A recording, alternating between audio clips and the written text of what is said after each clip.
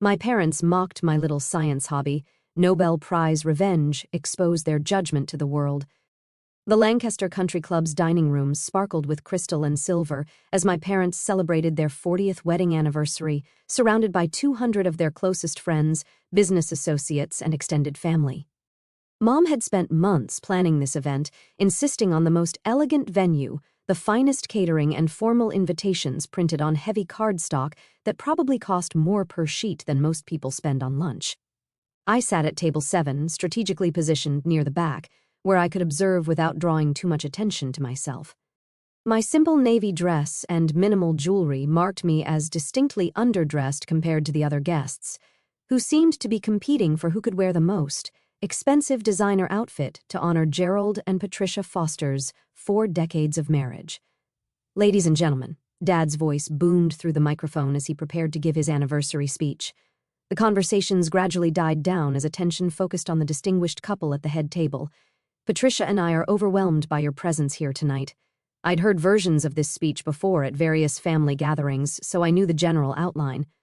Dad would thank everyone for coming, recount some amusing anecdotes from their early marriage, and eventually work his way around to discussing their children's accomplishments, a topic that never failed to make me uncomfortable. We've been blessed with 2 wonderful children, Dad continued, gesturing toward my brother Marcus at table 2. Our son Marcus has built a thriving dental practice and given us 3 beautiful grandchildren. Marcus beamed and raised his wine glass toward the crowd. At 35, he was everything my parents had hoped for in a son, professionally successful, financially stable, married to a lovely woman from a good family, and living in the right kind of suburban house with the right kind of mortgage. And our daughter. Dad paused, his eyes scanning the room until they found me. Well, our daughter is still finding her way. The familiar knot formed in my stomach. I'd been still finding my way, according to my parents, for the past 12 years, ever since I'd graduated from Princeton with a PhD in chemistry at age 24 and declined to pursue what they considered a proper career path. Dr. Sarah Foster has always been our little scientist, Mom chimed in from beside him, taking the microphone with practiced ease. Even as a child, she was mixing chemicals in the basement, much to our horror. Polite laughter rippled through the crowd. I managed a weak smile while internally cringing at the way she made my childhood fascination with chemistry sound like an amusing phase rather than the foundation of a serious scientific career. She's still playing around in laboratories. Mom continued with that indulgent tone she used when discussing my life choices. Our daughter's little science hobby. Nothing too serious, just playing in labs here and there. The casual dismissal hit me like a physical blow. 12 years of groundbreaking research, revolutionary discoveries that were reshaping our understanding of molecular chemistry, and dozens of peer-reviewed publications reduced to playing around in laboratories. My life's work characterized as a hobby, like collecting stamps or gardening on weekends. What made it worse was that Mom genuinely believed she was being supportive. In her worldview, acknowledging that I had a PhD made her a progressive parent, even if she couldn't quite grasp what I actually did with that education. We keep hoping she'll settle down and find something more stable, Dad added with a chuckle. Maybe teach high school chemistry or work for a pharmaceutical company, something with regular hours and good benefits. The suggestion that I should teach high school chemistry, not that there's anything wrong with teaching, revealed how completely they misunderstood the scope and significance of my work. I wasn't someone who needed to find a job. I was someone who had dedicated my life to pushing the boundaries of human knowledge in ways that could potentially transform medicine, energy, and material science. But explaining quantum chemistry and molecular engineering to parents who thought playing in labs was an adequate description of research science had proven impossible. After years of failed attempts to bridge that gap, I'd given up trying to educate them about what I actually did for a living. The truth was far more complex than my parents could imagine.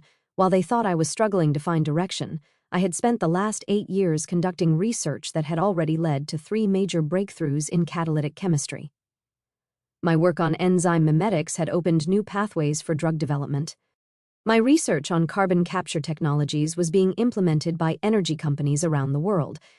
And my latest project, developing synthetic processes that could revolutionize materials manufacturing, had attracted attention from the highest levels of the scientific community. But none of that translated into the kind of success my parents could recognize or value. I didn't have a corner office, a secretary, or a salary they could brag about at dinner parties. I had research grants, laboratory access, and the respect of my peers, currencies that didn't register in their understanding of professional achievement. "We're proud of Sarah's intelligence," Mom continued, "but we do worry about her future. The academic world is so uncertain, and she's 36 now. We just want her to find security and stability." Security and stability. The eternal parental concerns that completely missed the point of why I'd chosen this path. I wasn't pursuing chemistry for job security. I was pursuing it because I believed I could contribute to discoveries that might help solve some of humanity's most pressing problems. "But enough about our children's career anxieties," Dad said with a laugh that made my face burn with embarrassment. "Tonight is about celebrating 40 years of marriage and the wonderful friends who supported us along the way." I sat back in my chair, trying to become invisible as the speech moved on to other topics. Around me, I could feel the sympathetic glances from other guests who had just learned about the Foster family's charity case, the brilliant but impractical daughter who had chosen intellectual pursuits over financial responsibility. The irony was suffocating. Just last month, I had received confirmation that my research on synthetic enzyme catalysts had been selected for implementation in a major pharmaceutical manufacturing process. The licensing fees alone would generate more income than Marcus's dental practice earned in a year, but because I'd published the work through my university affiliation rather than a private company, my parents had no framework for understanding its significance. "Sarah, dear," Mrs. Williamson from Table 6 approached during the cocktail hour that followed dinner. "Your mother mentioned you work in science. How interesting. What kind of laboratory work do you do?" It was a genuine question from a kind woman, but I'd learned to keep my answers simple to avoid confusion. "I research new ways to create chemical compounds," I said carefully. "Oh, like developing new medicines?" she asked hopefully. "Sometimes my work has applications in medicine, energy, and manufacturing." "How wonderful," she said with that polite smile people use when they're trying to be encouraging but have no idea what you're talking about. "I'm sure it's very fulfilling, even if it's not as financially rewarding as other careers." There it was, the assumption that meaningful work and financial success were mutually exclusive, that I had chosen intellectual satisfaction over practical compensation. Mrs. Williamson meant well, but her comment revealed how completely my parents had framed my career choices to their social circle. "It has its rewards," I said diplomatically. The evening progressed with more conversations along similar lines. People asked polite questions about my research, offered gentle encouragement about eventually finding stable employment, and shared stories about their own children's more conventional career paths. I smiled and nodded and tried not to let the casual condescension get under my skin. By 9 o'clock, I was mentally calculating how much longer I needed to stay before I could politely escape. Mom would expect me to remain for the cake cutting and probably the first dance. But after that, I could slip away and return to my apartment, where I could review the latest data from my current experiment without having to explain why I found molecular structures more fascinating than small talk about vacation destinations. Then my phone rang. The ringtone cut through the ambient conversation like a knife. I glanced at the screen and saw an international number with a country code I didn't immediately recognize. Normally, I would have declined the call and returned it later, but something about the timing made me hesitate. "Excuse me," I murmured to the table, stepping away to take the call in a quieter corner of the room. "Hello, this is Dr. Sarah Foster." "Dr. Foster. This is Professor Eric Lindfist from the Royal Swedish Academy of Sciences in Stockholm." My heart stopped. The Royal Swedish Academy of Sciences. There was only one reason they would be calling me directly. "I'm calling to inform you that you have been selected as this year's recipient of the Nobel Prize in Chemistry for your revolutionary work on synthetic enzyme catalysis and its applications to sustainable manufacturing processes." The world tilted on its axis. The Nobel Prize, the highest honor in scientific achievement, the recognition that marked a researcher as one of the most important contributors to human knowledge in their field. Are you certain?" I managed to whisper. "Absolutely certain, Dr. Foster. The committee was unanimous in their decision. Your research has fundamentally changed our understanding of catalytic processes and opened new pathways for environmentally sustainable chemistry. We'll be making the public announcement tomorrow morning, but I wanted to give you advanced notice." I was holding my phone with trembling hands, barely able to process what I was hearing. The Nobel Prize for my little science hobby. "Dr. Foster, are you there?" "Yes, I'm here," I said, though my voice sounded strange to my own ears. Congratulations, Dr. Foster. This is a well-deserved recognition of truly groundbreaking work. I thanked him and hung up, still staring at my phone like it might have been playing some kind of elaborate prank. The Nobel Prize in Chemistry for work my parents described as playing around in laboratories. I looked across the room at Mom and Dad, who were holding court near the head table, completely unaware that their disappointment of a daughter had just received the highest honor in scientific achievement. Without really thinking about what I was doing, I walked back toward the center of the room where most of the guests were gathered. "Excuse me," I said loudly enough to get attention. "I'm sorry to interrupt, but I just received some news that I think you might want to hear." Conversations died down as people turned to see what the quiet foster daughter had to say. "I just got a phone call from Stockholm," I announced, my voice growing stronger as I spoke, from the Royal Swedish Academy of Sciences. I could see my parents exchanging confused glances. Stockholm meant nothing to them, but I noticed Dr. Peterson from Table 4 straightening up with sudden attention. As a retired physics professor, he understood exactly what a call from Stockholm implied. "They called to inform me that I've been awarded this year's Nobel Prize in Chemistry." The silence that followed was so complete I could hear the ice maker cycling in the kitchen. 200 guests stared at me like I'd just announced that I was actually an alien from another planet. "The Nobel Prize?" Mom's voice was barely a whisper. "For my work on synthetic enzyme catalysis," I continued, feeling like I was in some kind of dream. "The research I've been conducting for the past 8 years. The little science hobby you mentioned in your speech." Dad's champagne glass slipped from his hand and shattered on the floor, the crystal fragments scattering across the polished hardwood. "Sarah," he said slowly, "are you saying you won the Nobel Prize? The actual Nobel Prize?" "Yes, Dad. The actual Nobel Prize." Dr. Peterson suddenly stood up, his chair scraping against the floor. "Ladies and gentlemen," he announced to the room, "do you understand what this means? Dr. Foster has just received the highest honor in scientific achievement. She's won the Nobel Prize." The room erupted. Conversations exploded as people tried to process this information. Phones came out as guests started Googling Nobel Prize Chemistry and Sarah Foster. The quiet, unsuccessful daughter had just revealed herself to be one of the most distinguished scientists in the world, but Mom was struggling to form complete sentences. "But you work in a laboratory. You don't have a real job." "Mom," I said gently, "I am one of the leading researchers in catalytic chemistry. My work has been published in every major scientific journal. Universities around the world use my research in their graduate programs." "Graduate programs," Dad repeated faintly. "The work I do isn't a hobby," I continued. "It's groundbreaking research that's changing how we understand chemical processes. The Nobel Committee just recognized it as some of the most important scientific work being done today." Mrs. Williamson approached with her phone in her hand, looking stunned. "Sarah, I just looked you up online. There are dozens of articles about your research. The New York Times called you one of the most innovative chemists of your generation." "The New York Times wrote about you?" Mom asked weakly. "Several times," I confirmed. "Most recently when my carbon capture research was implemented by 3 major energy companies." "You work with energy companies?" Dad's voice cracked on the question. "Among others. Pharmaceutical companies license my research for drug development. Manufacturing firms use my processes to create new materials. The work I do has applications across dozens of industries." The scope of their misunderstanding was becoming clear to everyone in the room. For 12 years, my parents had described me as an aimless academic while I had been building a reputation as one of the most important researchers in my field. "Dr. Foster," a voice called from across the room. I turned to see Professor Martinez from the local university, someone I'd met briefly at academic conferences. "I had no idea you were the Sarah Foster. Your enzyme research is revolutionary. We've been using your papers in our advanced chemistry seminars for years." "Thank you," I said, still feeling surreal about this public recognition.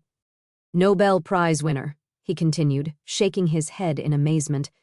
"Do you realize you're the first Nobel laureate our city has ever produced?" "The first Nobel laureate?" Mom repeated like she was testing whether the words made sense.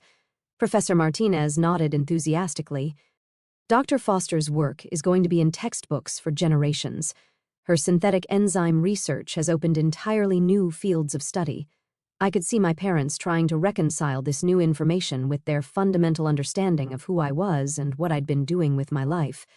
The daughter they'd worried about, The woman they described as unstable and directionless had just been recognized as one of the most accomplished scientists in the world.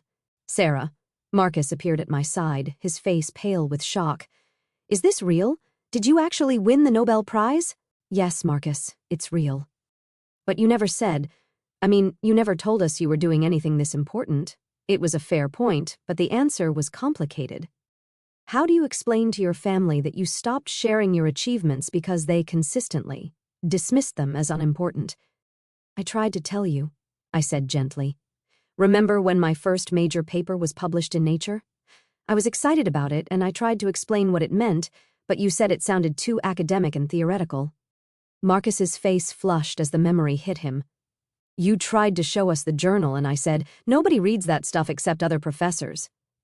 Nature, Professor Martinez interrupted, is the most prestigious scientific journal in the world. Publishing in Nature is like winning an Oscar for scientists. An Oscar, Mom said weakly. And Dr. Foster hasn't just published in Nature, Professor Martinez continued, apparently oblivious to the family drama he was intensifying. She's published in Science, JACS, Chemical Reviews, every top-tier journal in chemistry. Her citation index is extraordinary. Each piece of information hit my family like a separate revelation. The language of scientific achievement was foreign to them, but Professor Martinez was translating it into terms they could understand. When I got the Breakthrough Prize last year, I added quietly, I mentioned it at Christmas dinner. You said it sounded like a nice honor and asked if it came with any money. The Breakthrough Prize. Professor Martinez looked amazed. You won the Breakthrough Prize, too. Dr. Foster, that's a $3 million award. $3 million? Dad's voice cracked completely. Just the prize money, I confirmed. The research grants and licensing fees are separate. Licensing fees? Companies pay to use my research in their products and processes, I explained. The pharmaceutical applications alone generate about $2 million annually. The numbers were clearly overwhelming their ability to process this information. For years, they'd worried about my financial stability while I'd been earning more money than they could imagine. Dr. Foster. Another voice joined the conversation. I turned to see Dr. Kim, the chief of research at the Regional Medical Center. I didn't realize you were here tonight. Your enzyme work has been crucial to our new drug development program. Thank you, Dr. Kim. We've been hoping to arrange a consultation with you, she continued. Your synthetic enzyme research could revolutionize how we approach certain cancer treatments. Cancer treatments, Mom whispered. Dr. Foster's work has applications in targeted drug delivery, Dr. Kim explained. Her synthetic enzymes could help us develop treatments that are more effective and have fewer side effects. I could see my parents struggling to understand how their daughter's little hobby was connected to cancer research and drug development. The gap between their perception and reality was so vast, it seemed impossible to bridge. Ladies and gentlemen, Dad's voice suddenly boomed through the microphone again. The room quieted as attention returned to the head table. I need to make an announcement. He looked directly at me, his eyes bright with tears. 30 minutes ago, I told you that my daughter was still finding her way.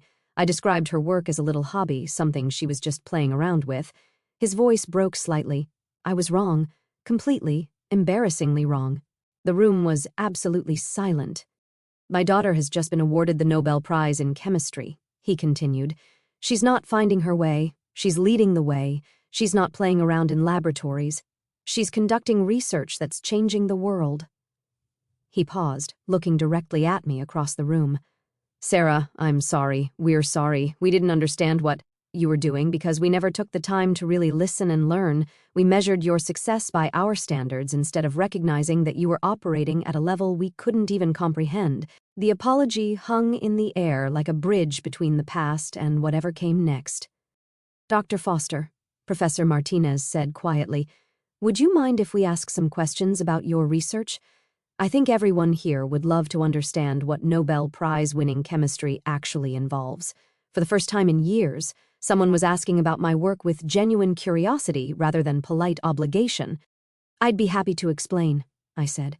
And for the next hour, I found myself giving an impromptu lecture on enzyme catalysis to 200 wedding guests, explaining how synthetic enzymes could revolutionize manufacturing, reduce environmental impact, and create new medical treatments.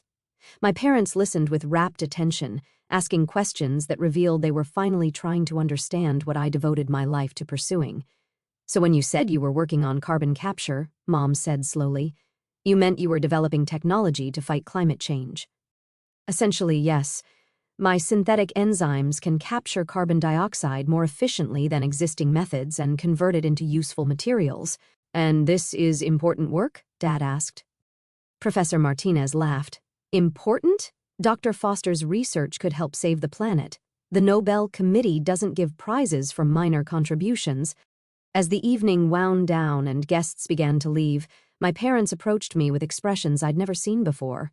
A mixture of awe, respect, and something that might have been pride. "Sarah," Mom said, tears flowing freely now, "I don't know how to apologize for tonight, for all the nights we've been describing you as a failure when you're actually one of the most accomplished scientists in the world. How do we come back from that?" Dad finished. It was a fair question, and it deserved an honest answer. "By understanding that I never wanted you to change your opinion of me," I said gently. "I just wanted you to respect that I was following my own path, even when you couldn't see where it was leading." "Can you teach us?" Mom asked suddenly. "I mean, really teach us about what you do. I want to understand your work, your achievements, your world." "I'd like that," I said, and meant it. As we gathered our things to leave, Dad pulled me aside. "Sarah, I have one more question." "Okay. Are you happy with your research, your life, everything you've built? Are you happy?" It was such a dad question, cutting straight to what mattered most. "Yes," I said simply. "I'm doing exactly what I was meant to do, solving problems that fascinate me, contributing to human knowledge in ways that might help people. I can't imagine being happier." "Good," he said, and hugged me tighter than he had in years. "That's all that really matters." Walking out of the Lancaster Country Club that night, I felt like the world had shifted on its axis. The secret was out, the pretense was over, and for the first time in years, my family knew exactly who I was and what I'd accomplished. It wasn't the anniversary celebration my parents had planned, but it was the beginning of a new kind of relationship. One built on truth instead of assumptions, understanding instead of judgment. And as I drove home to my apartment, past the university where my research was changing the future, I realized that being truly known for who I was felt better than any prize ever could. The Nobel Prize was just the world's way of confirming what I'd always known. Sometimes the most important work happens in laboratories, away from the spotlight, pursued by people who care more about discovery than recognition. But having my family finally understand that my little hobby was actually my life's calling, that was the real prize. As I drove home that night, the city lights blurring into streaks of gold and crimson through the windshield, a wave of emotions crashed over me that I hadn't anticipated.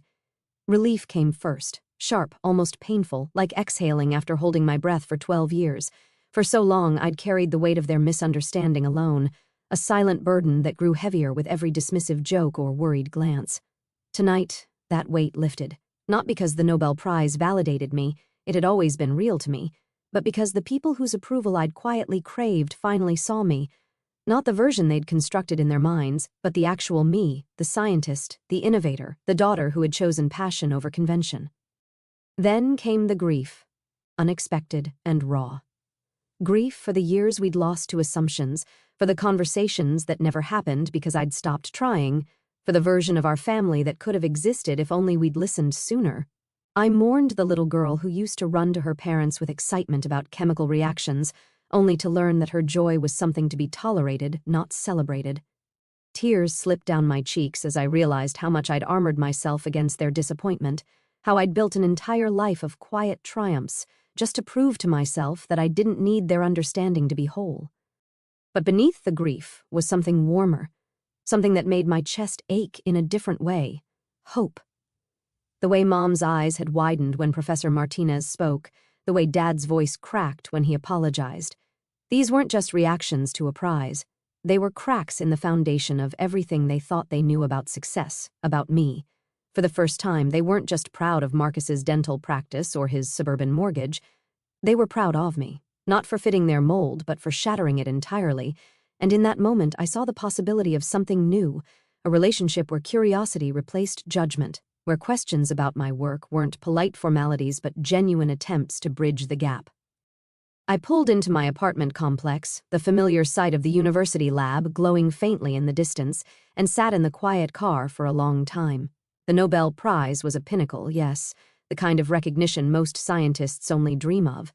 But this was something deeper. This was the night my family finally met the real Sarah Foster, not the caricature they'd carried in their heads. And as I wiped my eyes and stepped out into the cool night air, I realized that the truest validation wasn't the medal I'd receive in Stockholm. It was the way Dad had hugged me like he was afraid I'd disappear, the way Mom had whispered, "Teach us," like she was asking for permission to start over. I was still the same woman who'd sat at table 7 in a navy dress, feeling invisible. But now, for the first time, I didn't want to be invisible. I wanted to be seen, fully, completely, without apology, and tonight, I finally was.